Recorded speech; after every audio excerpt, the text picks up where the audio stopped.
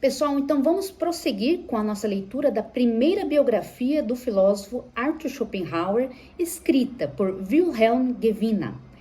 Hoje nós vamos ler o segundo capítulo, intitulado Como Ele Floresceu.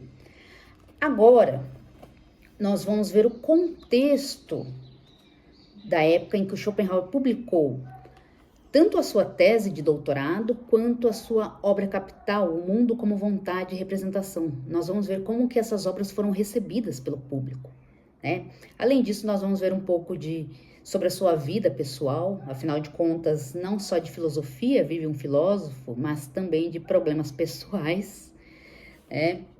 Vamos ver a tentativa de Schopenhauer de lecionar numa universidade, e um pouco sobre as suas viagens, da sua relação com Goethe, né? Porque aqui o Gewina se vale de uma frase do Schopenhauer, que quando Schopenhauer morava em quartos alugados, eu vou falar sobre isso, e aí a sua anfitriã uma vez falou para ele assim: nossa, Schopenhauer, como você está florido, porque tinha uma flor no casaco dele. E ele disse o seguinte: se as árvores não florescerem, como elas vão dar frutos?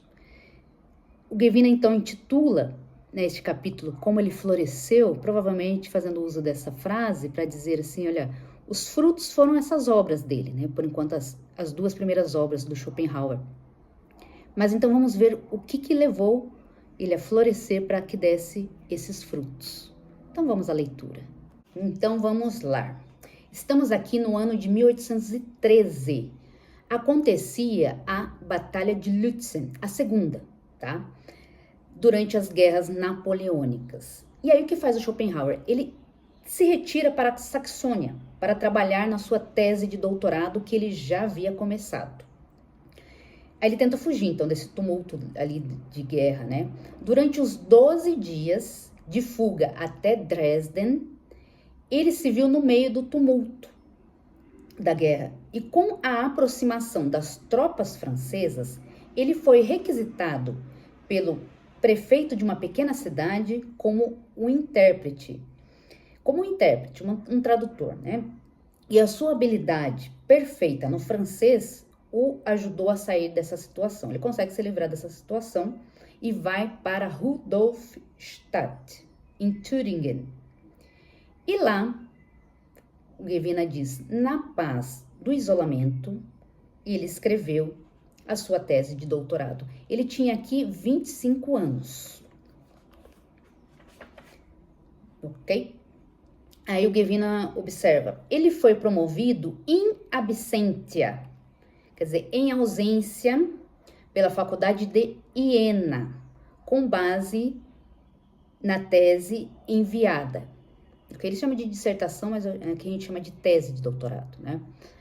Porque em absentia, em ausência, porque eles não precisavam defender como nós fazemos aqui no Brasil, entende? Mandava o trabalho e era aprovado ou não. Então não tinha uma defesa. Ele passou, depois disso, o inverno em Weimar, mas ali, na casa de sua mãe, ele não encontraria mais um lar. Eu já falei desses problemas que Schopenhauer tinha com a mãe dele, né? Ao buscar refúgio com ela, fugindo de Berlim, deparou-se com circunstâncias domésticas tão desagradáveis que, naquela época, pela primeira vez, um estranhamento, um afastamento em relação à sua mãe, de fato, fincou raízes inextirpáveis. O termo que o Gewina usa aqui é Entfremdung, seria uma alienação, um estranhamento, um distanciamento da mãe. Schopenhauer tinha problemas com a mãe, quando o pai dele ainda era vivo. Este problema dessa relação com a mãe dele piora depois da morte de seu pai. E o Gewina está dizendo assim que ali, quando ele vai realmente para Weimar, aí realmente pode-se dizer que houve um estranhamento ali que, de fato, fincou raízes, né? Que vai fazer com que eles a relação deles piore ainda mais. Por quê? Ele acusava a sua mãe de não ter honrado a memória de seu pai, a quem ele respeitou por toda a vida. Além disso, o Schopenhauer acreditava que a sua mãe não o amava verdadeiramente. Olha só o que o Gevina está dizendo. Aí o Gevina observa o seguinte, porque o Gevina conhecia tanto a mãe quanto o Schopenhauer, a irmã conhecia também, né? O Gevina diz o seguinte, ambos eram orgulhosos e tinham valores heterogêneos. Ele costumava dizer, eu e você somos dois. Quer dizer, o Schopenhauer dizia, olha mãe, você é uma pessoa, eu sou outra. Somos duas pessoas totalmente diferentes. Ela, segundo Gevina, era rica em fantasia e entendimento. Aqui ele usa Verstand. Né? Eu já disse outras vezes que o Gevina a considera uma mulher muito inteligente. O próprio Schopenhauer tinha consciência disso, de que ele era filho de uma mulher muito inteligente, tanto que ele defende a sua doutrina, né, da hereditariedade das nossas características. Quer dizer, o caráter veio do pai, mas a inteligência vem da mãe. Como Schopenhauer se considerava muito inteligente, nós sabemos muito bem disso, é óbvio que essa inteligência veio da mãe dele, né? O Gevina sempre marca isso, que a mãe dele era inteligente, né? Mas tinha uma inteligência mais voltada para fazer amizades, para sociabilidade. Porém, a mãe dele, eu chamo de Johanna Schopenhauer aqui, mas é Johanna, né? Seria a pronúncia correta em alemão, né? Mas vou chamar de Johanna porque nós temos uma palavra próxima aqui em português, né? Ela era mimada e voltada mais para o exterior, excessivamente preocupada com as aparências e inclinada à vaidade e ao desperdício. Essa palavra é super importante, gente, é o desperdício. Depois nós vamos ver o que ela fez com a herança do pai. Neste mesmo capítulo eu vou falar sobre isso. Ela não entendia o caráter inflexível e marcado por uma autossuficiência juvenil do jovem. Gevina tá querendo dizer assim que ela não sabia lidar com isso. Esse caráter do filho que ela fala em cartas, que era inflexível e ao mesmo tempo assim, autossuficiente, independente. E quando o Schopenhauer entregou para ela um volume da sua tese de doutorado, né, que é a Quadrúplice Raiz, olha o comentário que ela fez. O Gevina diz, ela debochou, dizendo que aquilo era algo para farmacêuticos. E disse, alguém ainda vai ler isso? Gente, a gente tem que lembrar, que eu falei no outro capítulo, que a mãe do Schopenhauer era uma famosíssima escritora da época. Ela vendia muitos livros. Né? O Schopenhauer publica o primeiro trabalho dele e ela tirou um sarro. Esses comentários, segundo Gevina, irritaram profundamente o filho, que já naquela época tinha a intenção de se tornar o filósofo do século XIX. E o Gevina observa, as primeiras edições não foram de fato bem sucedidas. Enquanto isso, sua mãe, Johanna Schopenhauer, vendia muitos e muitos livros. Pense na raiva do filósofo, né? Aqui.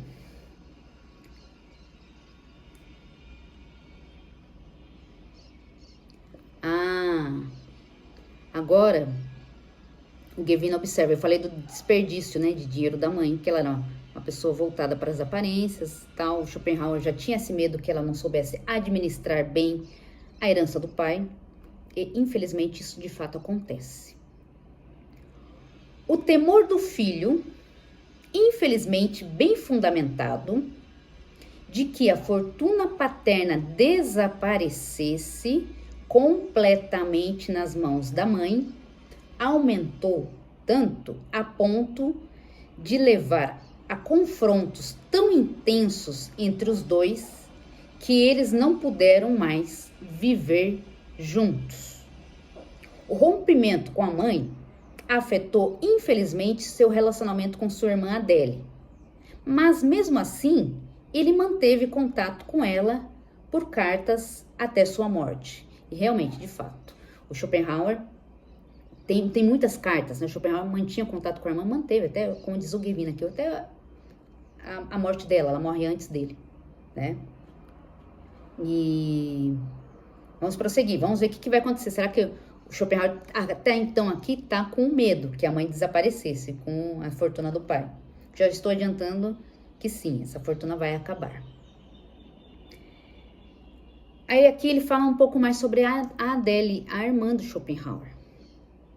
Ele diz: externamente, a Adele tinha pouca semelhança com a mãe e o irmão. Aliás, vou pôr uma foto da Adele aqui, para vocês verem, e da mãe dele. Ele tá dizendo aqui que a Adele não se parecia nem com a mãe e nem com o irmão.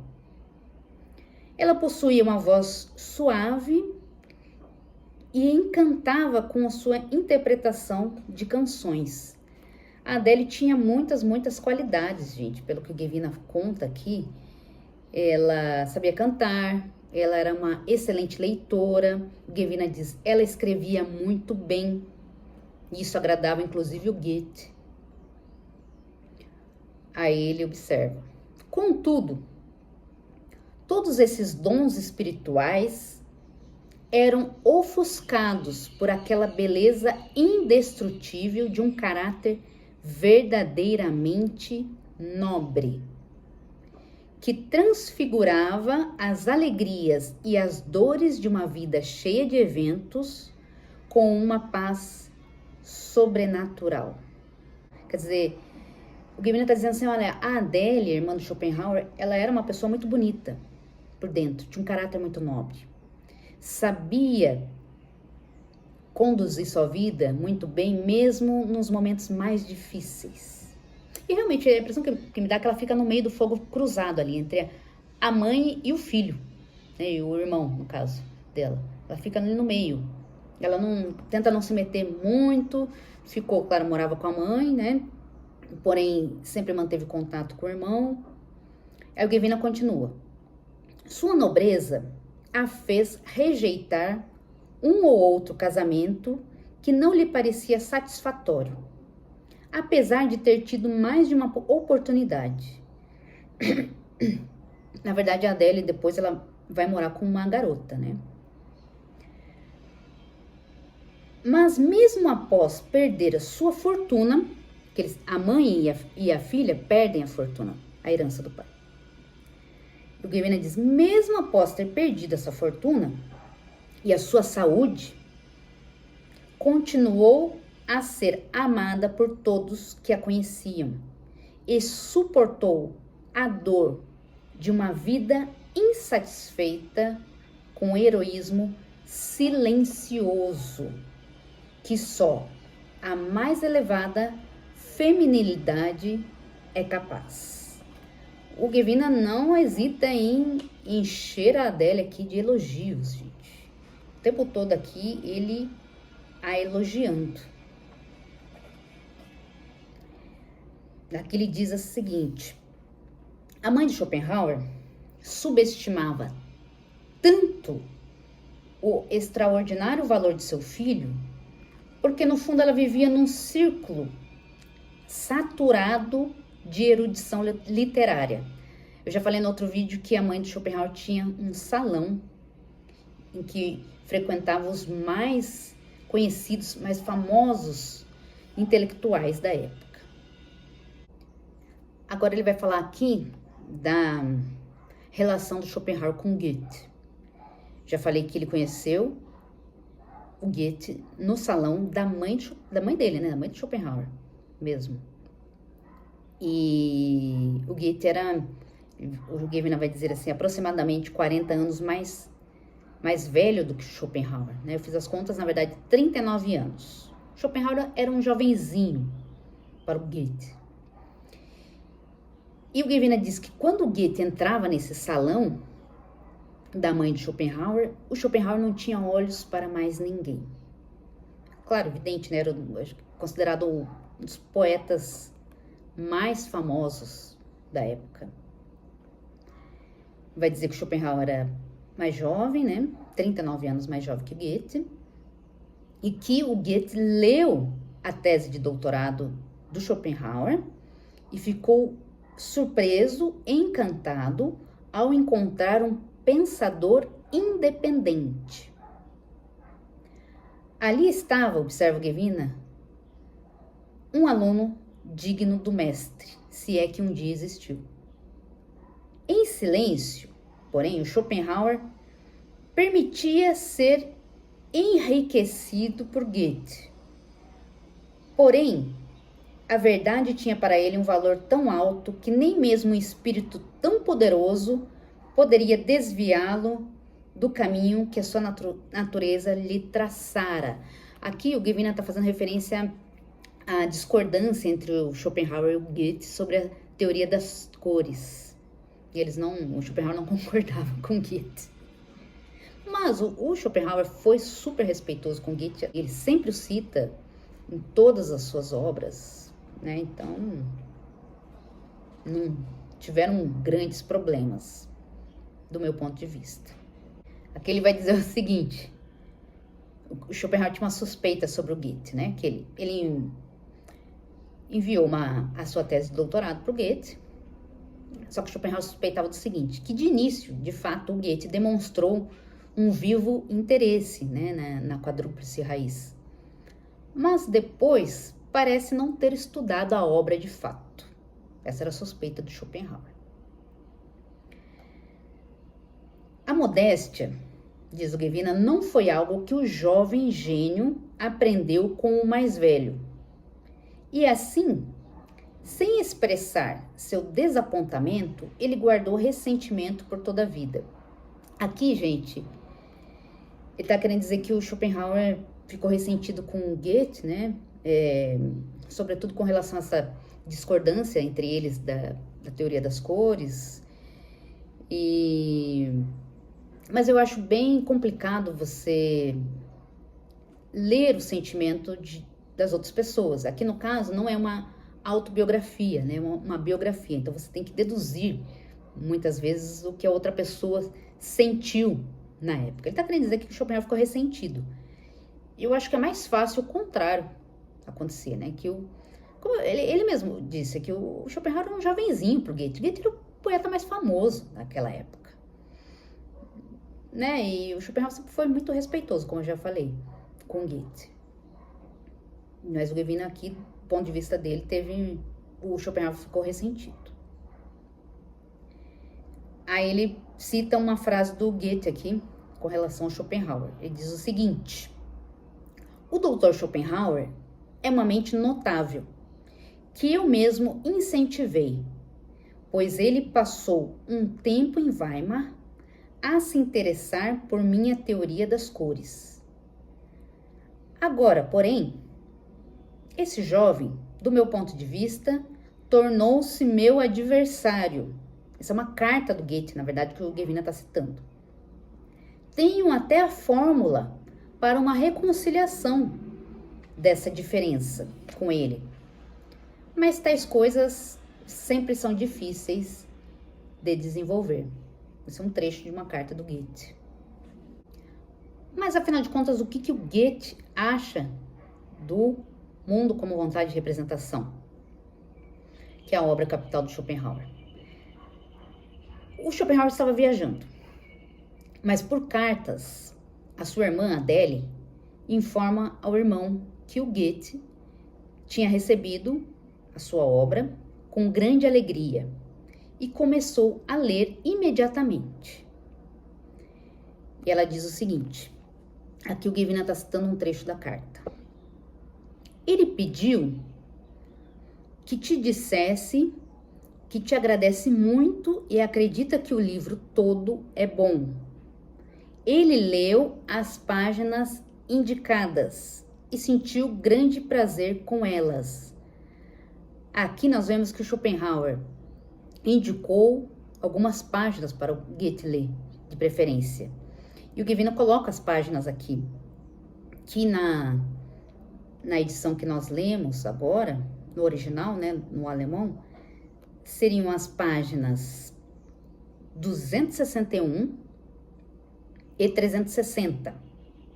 Eu fui pesquisar sobre o que falava, né, essas páginas aqui que o Schopenhauer indicou ao Goethe. A página 261, aliás, eu vou até mostrar para vocês. Estou aqui com a tradução do Mundo. Essa é a segunda edição, tradução do Jair Barbosa pela editora da Unesp, que o Jair faz o seguinte, ele mantém ao lado aqui da tradução dele, deixa eu pôr aqui, peraí, o número de páginas original. Então dá pra gente saber exatamente com relação à paginação em alemão o que se trata. Aqui, na página 261, que foi a que Schopenhauer indicou ao Goethe, é o momento em que ele fala da beleza.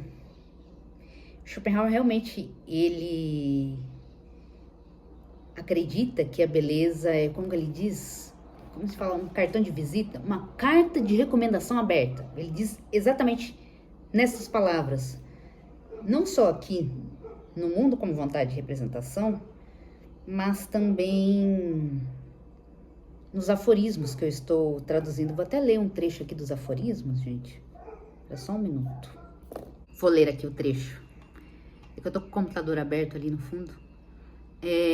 Embora a beleza, essa vantagem subjetiva do ponto de vista de Schopenhauer, não contribua imediatamente para a nossa felicidade, mas apenas de modo imediato, através da impressão que causa nos outros, ainda assim ela é de grande importância mesmo no homem do sexo masculino. A beleza é uma carta de recomendação aberta que conquista os corações antecipadamente para nós. Por isso, especialmente sobre ela, se aplica o verso homérico. Estes são presentes sagrados dos deuses. Tudo o que eles próprios derem, ninguém pode recusar, mesmo que queira. Aí, como dizem os meus alunos, os deuses têm os seus preferidos, né, professora? Pois é, aqui o Schopenhauer está querendo dizer justamente isso, que a beleza, ela é um presente dos deuses. E nesse ponto que ele indica aqui pro Goethe, ele cita o Goethe, claro, né, aqui no Mundo. Por isso Goethe diz, quem contempla a beleza humana não pode padecer de mal algum. Sente-se em harmonia consigo mesmo e com o mundo. Quer dizer, a beleza fala por si. Essa foi a primeira página que o Schopenhauer indicou ao Goethe, que ele lesse. A outra página é a 360. Isso, 360. Que é sobre o caráter adquirido. Eu acredito que o Schopenhauer indicou essa página em razão das conversas que eles tinham, né, que nessa 360. Porque aqui nessa página, Schopenhauer fala, como eu falei, do caráter adquirido, um pouco antes, até na 359, ele até destaca a palavra caráter adquirido. Vamos ver se vai dar para vocês verem aqui. Que, de acordo com Schopenhauer, é no fundo um processo de autoconhecimento. Quando você descobre, ou conhece, melhor, descobre não, né? Mas quando você conhece melhor quem você é. Você precisa, embora seu caráter seja imutável, inato, imutável, você precisa descobrir quem você é, o que você quer. Esse é o processo de autoconhecimento que o Schopenhauer denomina, por exemplo, você vai adquirir o seu caráter, vai adquirir o conhecimento de si mesmo, por isso o caráter é adquirido. Nessa página em especial, ele não cita o Goethe, por isso que eu disse que acredito que ele tenha indicado essa página ao Goethe em virtude das conversas que eles tiveram. Esqueci de dizer que a Adele Schopenhauer, a irmã, né, de Schopenhauer, ela era muito amiga da nora do Goethe. E ela conta em cartas, né, para o Schopenhauer que a nora dele, a Ottilie von Goethe, disse que o Goethe estava lendo com uma intensidade, assim, muito voraz o livro que ela nunca havia visto antes. Ele comentou até com ela: agora eu tenho uma alegria para o ano inteiro, pois pretendo lê-lo do início ao fim, e imagino que levarei todo esse tempo para isso. Depois falou comigo e disse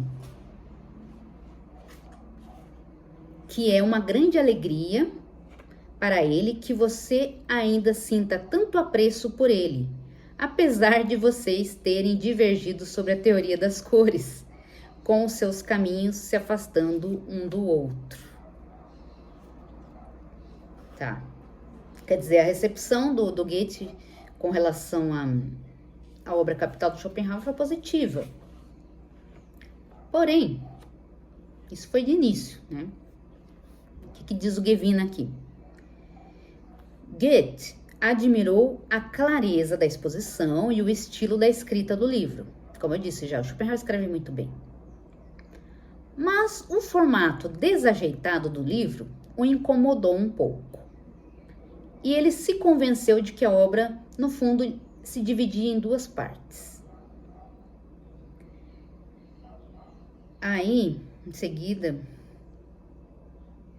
a Adele acredita que o Schopenhauer, o irmão dela, é o único autor que o Goethe, de fato, estava lendo com seriedade naquela época. Contudo, aqui, observa o Gevina, o livro acabou sendo espesso demais para Goethe.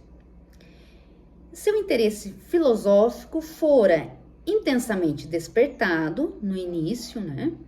Mas ele não se sentia mais capaz de enfrentar outra leitura densa como a de Spinoza. Isso do ponto de vista do Gevina. Quer dizer, o Goethe se empolgou no início, né? Mas ele não teria lido o livro todo de fato, como ele disse que leria. Pessoalmente, Schopenhauer se sentiu atraído apenas por uma pessoa além de Goethe nesta época. A atriz Jagemann. E ele até confidenciou à sua mãe que se ele encontrasse essa mulher famosa no círculo de Karl August, quebrando pedras à beira da estrada, ele a levaria para casa mesmo assim. Schopenhauer não vai ter um relacionamento com essa atriz. Aliás, ela tem um relacionamento, que eu saiba, com esse Karl August, que o Schopenhauer fala. Vai ser vamos dizer assim, um amor platônico do Schopenhauer. Acontece, né? Aqui o Gevina faz uma observação com relação a este gosto amoroso do Schopenhauer, vamos dizer assim, que eu acho que ele está remetendo, no fundo, à teoria do amor sexual de Schopenhauer. Que ele está dizendo que a atriz não tinha, no fundo, as qualidades que o Schopenhauer gostava. Porque ela tinha as mesmas qualidades que ele. Ela era baixa e loira. Assim era o Schopenhauer. Já falei que ele era baixinho, né? Loiro, branco. Ou, nas palavras dele, ele era sem cor. Né? E ela tinha as mesmas características. Porque, segundo o Schopenhauer, a sua teoria da metafísica do amor sexual, as características opostas, no fundo, se atraem. Porque é como se a natureza quisesse equilibrar as coisas. Que mais?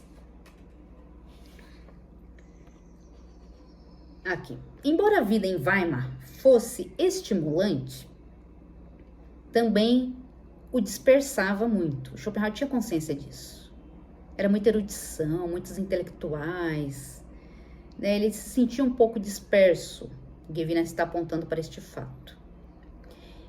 desviando-o assim involuntariamente de seu caminho filosófico. Schopenhauer, ele tinha ciência disso e estava disposto a renunciar tudo isso, a renunciar o mundo em prol do seu sistema filosófico, né? E aqui, o Gavina vai falar sobre a preparação do mundo. É que assim, o Gavina ele vai contando as coisas aos poucos, né? Ali ele já falou que o Goethe recebeu a obra Capital, do Schopenhauer, contou como que foi a emoção do Goethe, só que agora ele vai contar de fato como que foi essa preparação da escrita do mundo, da obra Capital do Schopenhauer. Agora aqui que ele vai falar de fato. O Gavina faz muito isso, ele conta aos picados, mas não conta a história toda, depois ele retoma e conta, enfim, a história. Eu apenas estou seguindo a leitura dele, como eu falei, estou fazendo leituras, tá? A minha intenção é não dizer nada além do que está escrito aqui. Quando eu digo, eu aponto que não está escrito aqui, né? Então, ele está falando aqui com relação à preparação da escrita do mundo como vontade de representação. Na primavera de 1814, ele se retirou então para Dresden, que, como Gavina falou, aquela vida em Weimar, aquela loucura de erudição, estava dispersando demais o Schopenhauer, e ele tinha ciência disso. Então ele se retirou para Dresden. Um lugar, diz o Gavina, que lhe trazia boas lembranças da viagem com seus pais. Olha só, eu achei muito interessante essa observação aqui do Gavina, porque afinal de contas,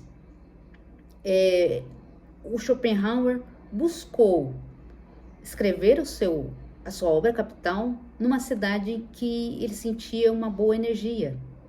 Como ele disse aqui, tinha boas lembranças dessa cidade, das viagens que ele fazia com o pai e com a mãe, na sua infância. E ele escolheu justamente Dresden para escrever O Mundo. Ele já carregava consigo os alicerces de seu sistema filosófico. E aqui, o Schopenhauer estava bastante empolgado, diz o Gavina, porque as primeiras avaliações do seu primeiro trabalho, né, a quadrúplice, que é a sua tese de doutorado, foi positiva. Tiveram até resenhas de pessoas elogiando a sua tese, e Schopenhauer ficou empolgado com isso. E aí o Gavina diz o seguinte: se suas obras posteriores tivessem recebido a mesma atenção quando publicadas, ele, sem dúvida, teria alcançado reconhecimento muito mais cedo. Mas nós sabemos que não foi bem assim, né? Tá, durante seus 4 anos, aqui está em 1814, durante seus 4 anos em Dresden, ele se dedicou à elaboração e execução de um mundo como vontade de representação. Embora a aristocracia inata, é essa expressão mesmo que o Gavina usa, de seu caráter, limitasse suas interações, ele não viveu recluso. Vocês aí que acham que Schopenhauer era um isoladão, o Gavina nota isso, ele não viveu recluso. Ao contrário, conviveu com seus contemporâneos e soube aproveitar sua juventude exigente dentro, é claro, dos limites que seu propósito maior e sua determinação permitiam. No entanto, não é minha intenção, diz o Gavina, seguir detalhadamente esse aspecto de sua vida exterior, porque ele alega que Schopenhauer não queria. Já no prefácio ele diz isso, né? Schopenhauer não queria que fatos da sua vida pessoal viessem a público, né? Enfim. Aqui tá a justificativa, logo em seguida, a justificativa do Gavina. Ele se refere ao Schopenhauer, ao caráter de Schopenhauer com a expressão assim, a água mais pura, von reisten Wasser. Um homem privado de caráter tão puro, da água mais pura como Schopenhauer, que evitava até mesmo tocar levemente os caminhos da vida pública, não oferece material suficiente para essa análise. Além disso, qualquer exploração de sua vida nesse sentido seria contrária ao seu espírito. Ele rejeitou firmemente os muitos convites que recebeu nos últimos anos para escrever suas memórias, pois não desejava se expor nem fornecer material para o ciúme e a mediocridade que poderiam buscar diminuí-lo. Aqui, a observação do Gvina. As confissões do Rousseau, por exemplo, não lhe pareciam dignas de imitação. O Rousseau, ele escreve essas confissões, né, que ele pretendia contar detalhes da vida dele, inclusive seus erros, seus acertos. Seria justamente confissão, caráter de confissão. E o Gvina está dizendo, olha, essa ideia não agradava nem um pouco Schopenhauer. Ele não queria que fatos da sua vida viessem a público. Seus defeitos, nem suas qualidades, nada disso. Que mais? Ele diz que o Schopenhauer era amado e respeitado, né? A integridade do seu ser, alheio a qualquer mesquinha ou vantagem externa, facilitava o perdão de suas críticas. Quer dizer, o Schopenhauer não pretendia, as pessoas percebiam que o Schopenhauer não pretendia ganhar nada com aquelas críticas, acabavam perdoando o jeito desajeitado dele. Sei não. Aqui o Gvina diz, o Gvina na verdade ele cita uma série de intelectuais da época para dizer que Schopenhauer tinha um mínimo de interação com as pessoas, né? E aqui ele diz que foi próximo de Quandit e Tieck, mas um desentendimento relacionado a Friedrich Schlegel levou a uma ruptura total entre eles. E, como eu falei, ele cita outros intelectuais que eram próximos de Schopenhauer, e aqui ele conta alguns detalhes, alguns fatos da vida de Schopenhauer. Ele diz que desde jovem o Schopenhauer gostava de passar tempo sozinho na natureza. E à medida que ele envelhecia, essa atividade se tornava cada vez mais indispensável. E ele caminhava às margens do Elba. Caminhando às margens do Elba, ele coletava suas melhores ideias, frequentemente anotando-as em uma única palavra-chave. Ou seja, Schopenhauer tinha um caderninho. Quando ele tinha uma grande ideia, ele anotava no seu caderninho,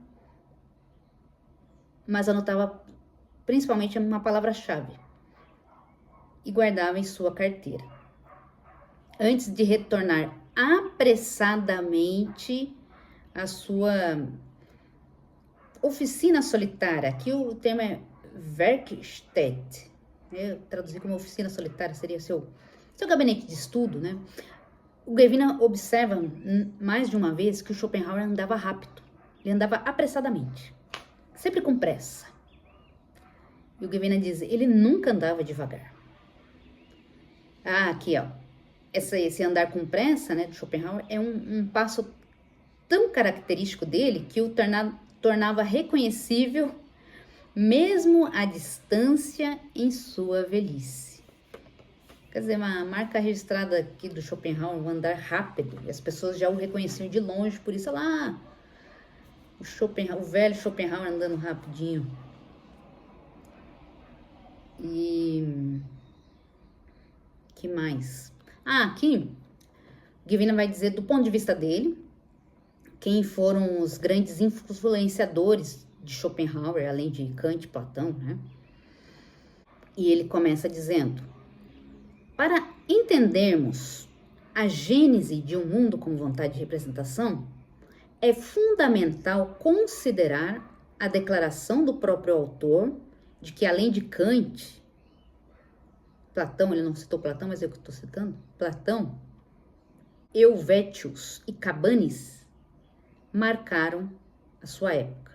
Estes dois últimos, do ponto de vista do Gevina, foram os que lhe abriram os olhos para a natureza secundária do intelecto, sobretudo em contraste com a filosofia da moda de sua época.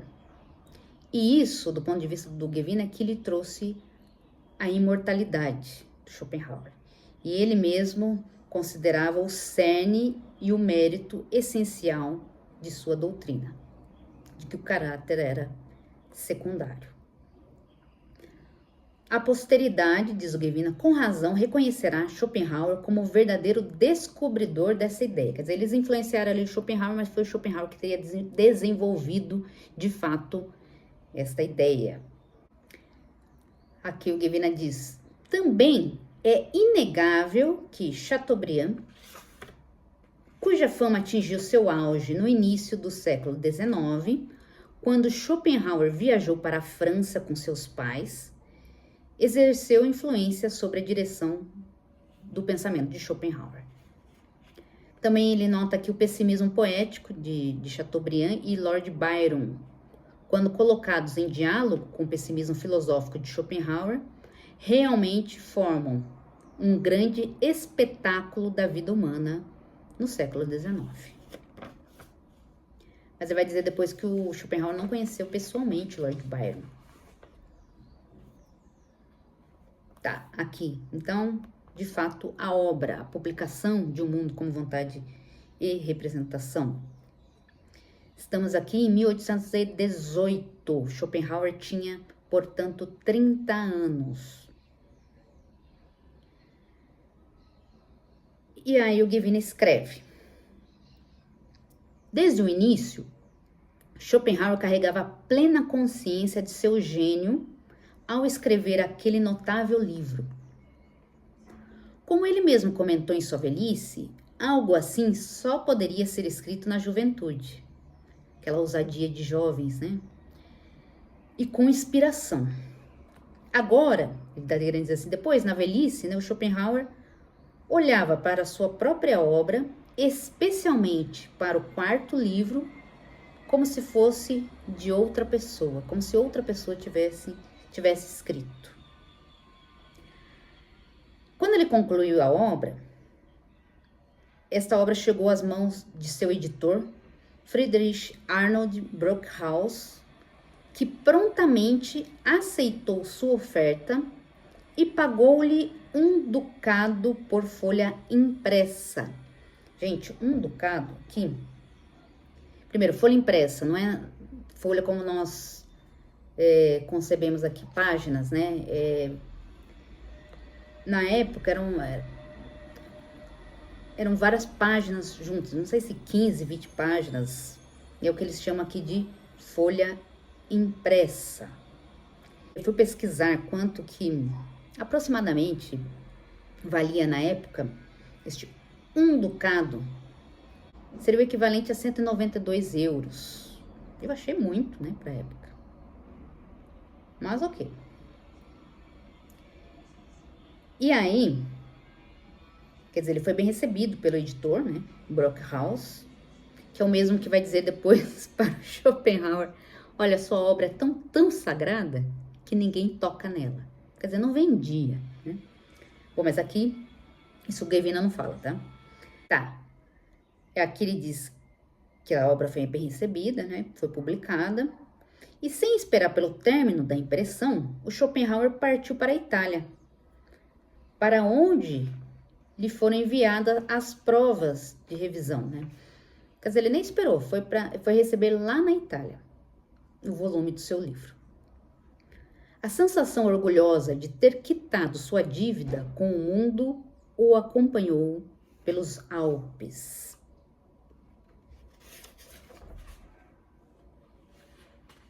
O Schopenhauer ficou 4 meses em Roma e em Nápoles. Depois ele faz outras viagens, né, para a Itália. Ele fica 1 ano depois na Itália.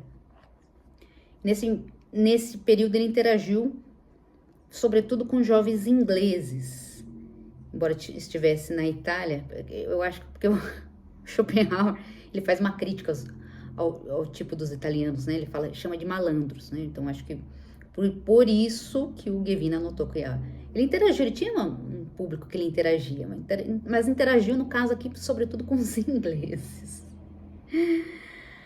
Aí ele até escreve o seguinte: aqui nós vemos o sábio misantropo sob uma luz diferente daquela do típico acadêmico alemão. Que contraste em relação à juventude de Hegel e de tantos outros do povo de pensadores. Ele não é um filósofo como os outros, é um filósofo que viu o mundo, diz uma revista francesa. O que o Guevina está querendo dizer aqui, que está destacando, é que o Schopenhauer vivia, ele curtia a natureza, ele viajava, ele não ficava preso a uma sala de aula, ao mundo acadêmico apenas, como é comum até hoje, né? Ele até diz o seguinte: uma frase de Ernest Schulze cabe a Schopenhauer. Certamente eu vivi. Não me arrependo do alegre fervor. Aí o Guevina diz: ele sempre olhou para essa fase com certa satisfação.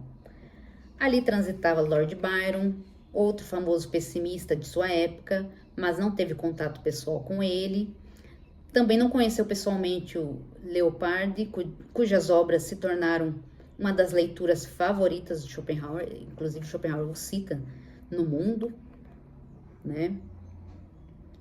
E, quer dizer, Schopenhauer está destacando aqui, Schopenhauer tinha vida fora do mundo acadêmico. Ele não ficava só em casa lendo e escrevendo. Ficava também, mas não só fazendo isso. Por isso que ele está destacando, Schopenhauer viveu.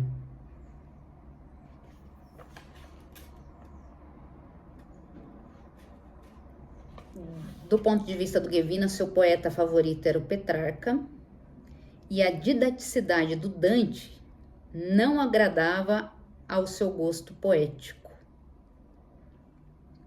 E no campo da arte, diz o Guevina, ele dedicou sua atenção preferencialmente à escultura e à arquitetura antigas.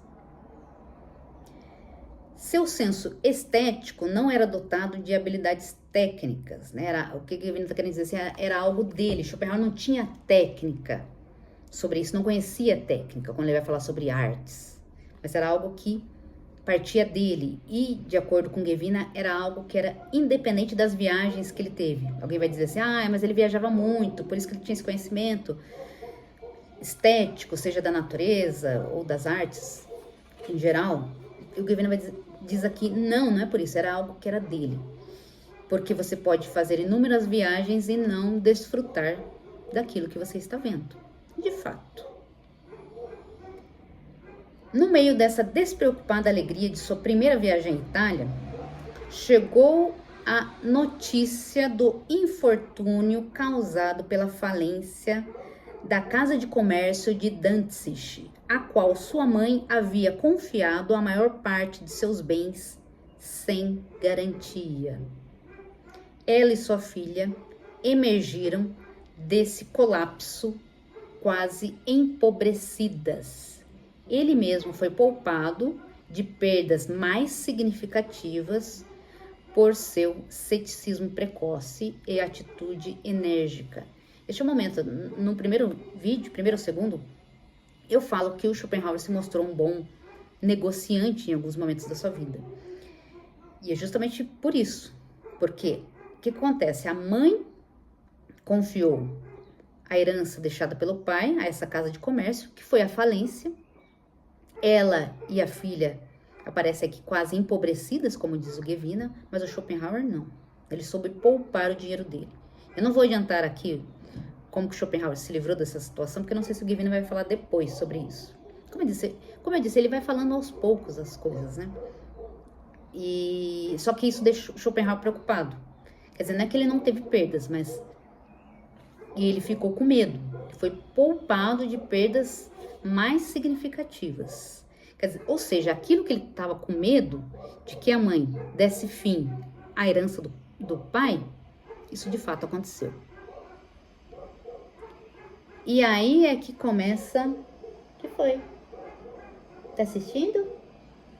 Minha gata adora o Schopenhauer. Ela sempre fica sentadinha aqui do lado, olhando. Aí, a partir disso, é que começa a tentativa do Schopenhauer de fato, lecionar. E o Gevin anota isso. Por quê? Porque ele viu que ele tinha perdido dinheiro, poderia ficar sem dinheiro, esse era um medo dele. E aí, este incidente o chamou de volta para casa mais cedo do que ele planejava. Como um homem que teme o pior, que foi? Como um homem que teme o pior, ele teve que buscar a vida prática. Ou seja, ele teve que dar aula, né? Até então ele estava ali viajando, vivendo da fortuna do pai. Claro, também teve o dinheiro que ele recebeu do livro, porém, ele era prevenido, né? Ele teve que buscar a vida prática. Como ele era formado em filosofia, doutor em filosofia, o que faz um doutor em filosofia? Dá aula. E foi isso que o Schopenhauer procurou. Ele considerou na época 3 universidades: Heidelberg, Göttingen e Berlim. Ele diz que quod politica, o Gevin usa aqui uma expressão em latim, quer dizer, quanto às questões políticas, ele se limitava única e exclusivamente ao ensino da filosofia especulativa, estando o mais distante possível de qualquer intenção de exercer influência sobre as opiniões políticas da época. Quer dizer, ele não ia dar opinião política, não ia falar sobre política da época.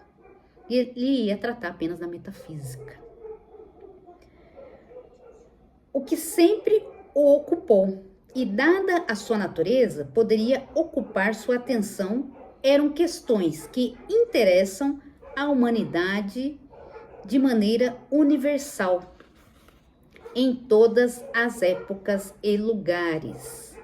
Isso, o Gevin está citando aqui, na verdade, é uma carta que ele escreve a um dos seus colegas, dizendo isso, que olha, pretendo lecionar filosofia, mas já adianto que eu não vou falar de política, não vou dar opiniões políticas, vou falar sobre filosofia especulativa apenas, que é o que permanece sempre a mesma, independentemente do tempo. O Schopenhauer considerava uma degradação direcionar o pleno uso de suas capacidades intelectuais a uma esfera que lhe parecia tão limitada e estreita quanto as circunstâncias de qualquer tempo ou país em particular. Ele era, inclusive, da opinião de que qualquer verdadeiro erudito, no sentido mais elevado do termo, deveria compartilhar dessa visão e deixar o conserto da máquina do Estado para os estadistas, assim como estes deveriam deixar o saber mais elevado e perfeito para os filósofos. O Gevin com certeza vai falar mais sobre esse posicionamento do Schopenhauer com relação à política, porque ele tem um capítulo aqui, não sei se é o último, que ele retoma essa expressão que ele usou aqui, que é quod politica. Não é o último, é o oitavo. O oitavo capítulo ele vai falar sobre isso. Então vamos aguardar. Ele já fez uma crítica no outro capítulo, dizendo que o Schopenhauer não desenvolveu muito bem sobre isso, né, na sua filosofia. Isso seria, do ponto de vista do Gevin, um ponto falho da filosofia de Schopenhauer. E aqui ele está dizendo claramente, explicitamente, que Schopenhauer disse que não iria falar sobre política, que isso não era uma questão que, de fato, merecia sua atenção. Aí aqui, tá, ele considerou 3 universidades, Heidelberg, Göttingen e Berlim. E aqui nós estamos, gente, ó, logo após a publicação, né, do livro dele, 1819, né? ele vai dizer o seguinte: devido às relações sociais pouco animadoras, a Adele, a irmã do Schopenhauer, o desaconselhou Heidelberg. E aí o Gevina fala assim, então, já naquela época, né, o Heidelberg era assim, já tinha essa fama.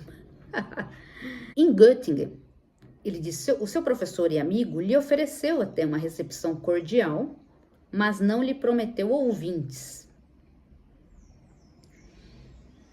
Então, em 1820, ele se decide por Berlim. Estava muito esperançoso. Ele esperava uma rápida nomeação, no fundo. O Gevina confessa aqui um desejo, uma esperança do Schopenhauer. Schopenhauer estava esperançoso por uma nomeação de poder ocupar uma cadeira vaga de Solger, que tinha morrido recentemente. Mas a sua, vamos dizer assim, rápida fama, né? Como eu disse, ele teve uma recepção positiva da sua tese de doutorado, né? Mas, vamos dizer assim, foi algo muito rápido. Já tinha se passado quando ele, de fato, assume em Berlim. Ele tinha uma excelente retórica, diz o Gevina, ele falava muito bem, suas aulas fluíam. Mas, com relação ao conteúdo de seu ensino, ele poderia ensinar um público tão pouco quanto Spinoza. Essa observação do Gevina. Além disso, claro, tinha uma condição desfavorável para um iniciante com relação a Hegel e Schleiermacher, que já haviam conquistado todo o terreno dos interesses científicos da época. Além disso, havia a resistência tenaz da mediocridade dos colegas sem gênio, que não apenas o ignoravam, mas também o atacavam. Nós sabemos, né, da discussão do Schopenhauer com a academia, já falei isso algumas vezes. Aliás, o Gevina vai apontar isso que logo depois que esse desentendimento do Schopenhauer com a academia, depois ele vai expressar em várias de suas obras. Aí o Gevina diz o seguinte, quer dizer, o que o Gevina está querendo dizer aqui é o seguinte, o Schopenhauer decidiu lecionar, né, depois da perda financeira da mãe e da irmã, e ele resolveu lecionar, escolheu Berlim, eliminou, né, as outras duas, e ele foi realmente um professor temporário, porém, as condições da época não favoreceram para que ele se tornasse um professor titular, de fato. E aí ele diz o seguinte, após a morte de Hegel, seguiu-se o verdadeiro florescimento da sofística moderna, que se transformou em uma questão de Estado e nação. Aqui que ele fala assim, isso aí, esse problema que Schopenhauer teve nessa época, serviu de base para aquelas críticas devastadoras que Schopenhauer lançou em seus escritos posteriores, especialmente em 1840, no prefácio de Os Dois Problemas Fundamentais da Ética. Aliás, eu conto isso na introdução que eu fiz à primeira tradução brasileira desta obra, publicada este ano pela editora Vozes. Eu falo justamente isso, que essa crítica de Schopenhauer, quando ele vai responder à academia, né, por que ele não ganhou o prêmio, né, com seu ensaio sobre o fundamento da moral, ele alega justamente isso, a academia está cheia de hegeliano. E depois, em 1850, ele também publica nos Paregas, no capítulo sobre a filosofia universitária, ali de um modo bem explícito, e em 1854, no prefácio à segunda edição de Sobre a Vontade na Natureza. São todos esses pontos que mostram essa insatisfação do Schopenhauer com relação à academia, sobretudo com os hegelianos, e que foi por isso que ele não teve ali sucesso na academia, porque essas pessoas não tinham de fato uma filosofia de verdade, né? Como diz o Gevina, não tinha um gênio do Schopenhauer. Embora Schopenhauer não tenha tido sucesso, né, na academia, o Gevina observa o seguinte, entretanto, o quão sério ele era, com seu cargo acadêmico, é demonstrado pelos seus extensos manuscritos, que deixou de suas aulas completamente elaboradas sobre os fundamentos da filosofia, cuja publicação após sua morte poderia, de certo modo, compensá-lo pelo esforço inútil despendido em vida. Mas isso iria totalmente contra aquilo que ele queria, sua crítica frequentemente expressa sobre a publicação de suas aulas. Porém, nós sabemos que essas aulas foram publicadas, né? E, aliás, aqui no Brasil, o Jair traduziu uma dessas preleções, que é sobre a metafísica da natureza, e o Eli Wagner traduziu sobre a metafísica dos costumes. Achei aqui, Metafísica da Natureza, de Arthur Schopenhauer. Foi publicada em 2023 aqui no Brasil, na tradução do Jair Barbosa, pela edição da Unesp, né, editora da Unesp, como eu falei. Eu vou ler aqui a orelha, que é interessante, o começo, né, dela. Dividida em 4 livros, a Metafísica da Natureza faz parte de um conjunto de preleções que Schopenhauer proferiu em Berlim em 1820, ano seguinte ao da publicação do primeiro volume de Um Mundo com Vontade como Representação. Aqui. Aqui esse é o ponto que eu super me identifico com Schopenhauer. Gente, o Schopenhauer, ele não gostava de barulho. Schopenhauer, eu te entendo, tá? Esse é um problema que eu tenho desde criança. Tá, não gostava de barulho, mas porém o Gevina fala logo no início, né? Que o pai de Schopenhauer era surdo, tinha um problema de surdez. E o Schopenhauer também, porém num grau menor do que o pai dele. Que é curioso, que mesmo ele com esse déficit auditivo, pudesse ouvir tudo, né? Que isso é uma característica realmente de Schopenhauer. Ele fala várias vezes sobre barulho, né? E isso vai ser um problema para ele. Ele vai se meter aqui num processo. Vai perder o processo, já tô adiantando. Do que se trata aqui? Primeiro que o Gevina nota aqui que ele não gostava de Berlim. Já não gostava de Berlim, né? Dizia que tinha muito malandro ali. E ele falou assim, pior do que os italianos. Ai, ai.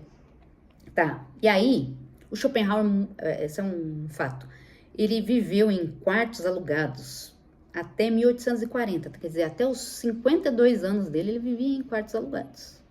E você aí que está estudando filosofia, reclamando de morar na sua kitnet, né? O Schopenhauer morava em algo equivalente. Enfim, aí ele morava aí nesses quartos alugados. E tinha uma vizinha que tinha o hábito de receber visitas para café, né? No hall ali, na antessala, né? No ambiente comunitário. Parece que essa vizinha, se eu não me engano, aqui o Gevina não conta esse dado, mas ela trabalhava com moda, roupa, coisa assim, do tipo. E ela recebia as amigas ali, né? E o Schopenhauer se irritava com barulho. Aí que tá o ponto. Ele se irritava tanto que uma certa vez eles se encontraram ali num corredor e ele a empurrou bruscamente. E ela caiu sobre o braço direito, alegando ter ficado incapacitada para o trabalho. E ela processou Schopenhauer. Isso foi em 1821, tá? Ela processou Schopenhauer e o Schopenhauer perdeu o processo. Foi condenado a pagar uma pensão anual para ela até o fim da vida dela. Deixa eu até ler aqui. Até o fim da vida dela. E ela morre, aqui, como eu falei, estamos em 1821. Ela morre em 1842. Ou seja, 21 anos pagando processo para ela. Ela se chamava Caroline Louise Marguet. E ele foi condenado a pagar 60 thalers prussianos por ano. Que seria, na verdade, um valor equivalente às necessidades básicas né, para ela, mas de qualquer forma isso foi um encargo para o Schopenhauer. O Kevin observa o seguinte: ela, infelizmente, possuía uma constituição robusta. Até mesmo o anjo da morte, o anjo ou estranguladora, que é Würgengel, da cólera, quer dizer, o anjo da morte da cólera, lutou em vão contra ela, quer dizer, a mulher não morria. E ela carregou ele carregou esse fardo por mais de 20 anos, né? Na verdade, eu fiz as contas aqui, 21 anos, mais precisamente. Até que, finalmente, Schopenhauer pôde escrever no atestado de óbito dela uma expressão em latim: Obit annus, habit onus. Morre a velha e o fardo se vai. Quer dizer, a velha morreu, pronto, estou livre disto. Tudo isso por causa de barulho, gente. O Schopenhauer escreve, aliás, sobre isso, sobre o barulho, em algumas de suas obras. Tem uma passagem interessante que ele fala assim: a quantidade de barulho que uma pessoa é capaz de suportar é inversamente proporcional à sua capacidade mental. E esta é justamente a medida da sua capacidade mental. Aí tem uns momentos que ele fala assim: o intelectual precisa de silêncio, precisa fugir do barulho. Tem várias passagens, gente, que ele faz referência ao barulho. Ele odiava barulho. Eu sou assim também. Tá. Em 1825, agora aqui com 37 anos, depois de sua segunda viagem à Itália, ele fez uma nova tentativa de lecionar em Berlim. Não tinha dado certo da primeira vez. Quem sabe agora, né? Tava muito otimista o Schopenhauer, né? O Gevina diz o seguinte: mas os formulários de inscrição para essas foalesmos, né, essas preleções, mostravam para o Schopenhauer que de fato havia uma série de nomes de estudantes, que realmente o professor tem uma prévia, né? Mas nenhum deles, Schopenhauer olhou ali a lista de estudantes, nenhum deles, do ponto de vista de Schopenhauer, era um verdadeiro estudante, sendo que um único teria sido suficiente para ele, de fato. Quem eram esses estudantes? Eram mais membros do demimundo acadêmico, que jantavam com seus professores e por tédio, cortesia ou vaidade, iam uma vez ou outra à sala de aula, mas sem pretender se tornar realmente membros fixos de um curso. Já naquela época, né, Schopenhauer? Então, Schopenhauer, com toda a sua honestidade, né, aliás, o Gevina diz isso, vou ler. Por isso, o Schopenhauer renunciou à atividade de docente, pois a sua dignidade o impedia de continuar. Ele falou: não, eu não quero esse tipo de aluno. Ainda bem que ele pôde escolher, né? E aí, de fato, ele desiste disso. Eram mais estudantes que iam lá, deixa eu ver até a expressão que ele usa aqui, em alemão, que iam lá no oba-oba, iam puxar o saco do professor, iam jantar com os professores, né? Este estudante. Verdadeiros estudantes, não eram. Mas não eram estudantes que tinham a intenção de realmente se tornar filósofos, né? Ou levar a filosofia minimamente a sério.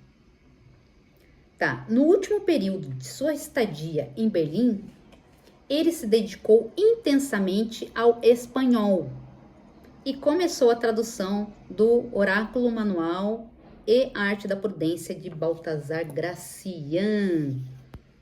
Tenho aqui uma edição em português aqui, na verdade é uma edição resumida, né? Porque são, no fundo, 300 aforismos, e aqui tem 150. Gente, isso aqui é uma maravilha. Eu sempre indico, né? Tanto que nos aforismos, de acordo com o Jair Barbosa, né, que ele sempre diz para mim, ele diz que os aforismos do Schopenhauer é um modo de Schopenhauer prestar um tributo, seja a Aristóteles, os estoicos, e a Baltasar Gracian. De fato. Gente, isso aqui é uma maravilha. Você quer lidar com as pessoas, lidar com a sociedade? Eu sempre indico este livro. Ah, não sei o que fazer na vida, professora, não sei se caso se compra uma bicicleta. Quando você pensa, leia Baltazar Gracian. Nunca vai ser uma leitura perdida. Isso eu te garanto. Maravilha. A editora Vozes, aliás, tem uma tradução também, Baltazar Gracian. Ok, então ele começou a traduzir a Arte da Prudência. Na verdade, Schopenhauer traduz toda a obra completa de Baltazar Gracian. Tem até aqui no meu, eu tenho as obras completas de Schopenhauer no Schopenhauer in Context. E traz justamente as traduções do Schopenhauer. Tá, eu já não gostava de Berlim, de acordo com ele, cidade de malandros. Não deu certo, tentou ser professor, não deu certo. Tentou de novo, também não deu certo. Aí vai acontecer um estopim para que ele, de fato, deixe Berlim para sempre e nunca mais volte. Pelo menos para morar. Que foi a cólera. E aqui o ano é 1831. Gente, a cólera foi algo devastador lá. Então ele já nunca gostou de Berlim. E a cólera planejava, vamos dizer assim, a sua marcha até lá.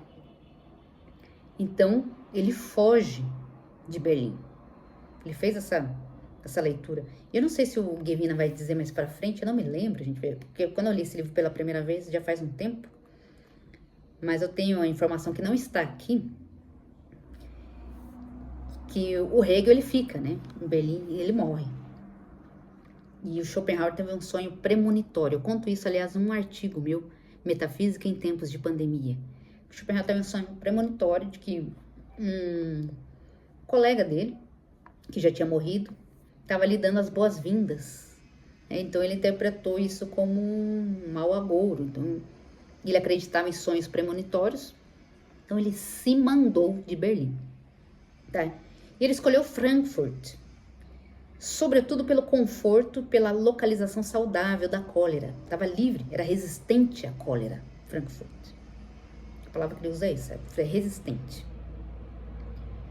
Apesar da sua mãe ter desaconselhado antes. Quer dizer, no início a mãe de Schopenhauer se sente muito bem, né, em Frankfurt. Ela estava grávida do filho, né, do Schopenhauer, do Arthur, quando ela gosta da cidade. Mas depois ela desgosta. Ela disse que a cidade era grande demais para ser pequena e pequena demais para ser grande. E no geral era um ninho de fofocas. Ela teria dito isso um dia para ele. Porém, Schopenhauer, assim que ele chega em Frankfurt, ele adoece. Não de cólera, tá? Ele adoece logo após a mudança e cai num estado de humor sombrio. Na verdade, a palavra aqui é estímulo. Algumas pessoas traduzem como melancolia, né? Ele adoeceu, ele ficou triste aqui. Dusterste. Estímulo. É uma disposição ruim, uma disposição sombria.